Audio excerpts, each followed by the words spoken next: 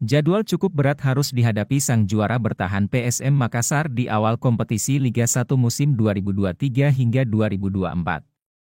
Dari draft final jadwal Liga 1 2023-2024 yang beredar, tim berjuluk Pasukan Ramang ini langsung akan berhadapan dengan dua rivalnya sejak era Galatama. Dua rival yang dimaksud adalah Persib Bandung dan Persija Jakarta yang musim lalu juga menjadi pesaing ketat PSM menuju tangga juara. Untuk pertandingan pertama, PSM Makassar langsung berhadapan dengan Persija Jakarta di Stadion Gelora Bung Karno pada Minggu, 2 Juli 2023, pukul 20 WITA. Setelah melakoni laga tandang di pekan pertama, pada pekan kedua PSM Makassar bermain kandang. Untuk laga kandang pertama Wiljan Pluim CS akan menjamu Dewa United di Stadion Gelora B.J. Habibie.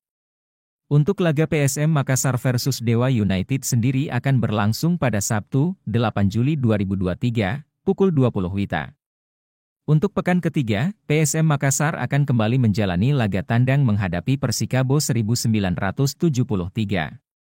Pertandingan PSM versus Persikabo sendiri akan berlangsung di Stadion Pakansari, Jumat, 14 Juli 2023, pukul 16 WITA.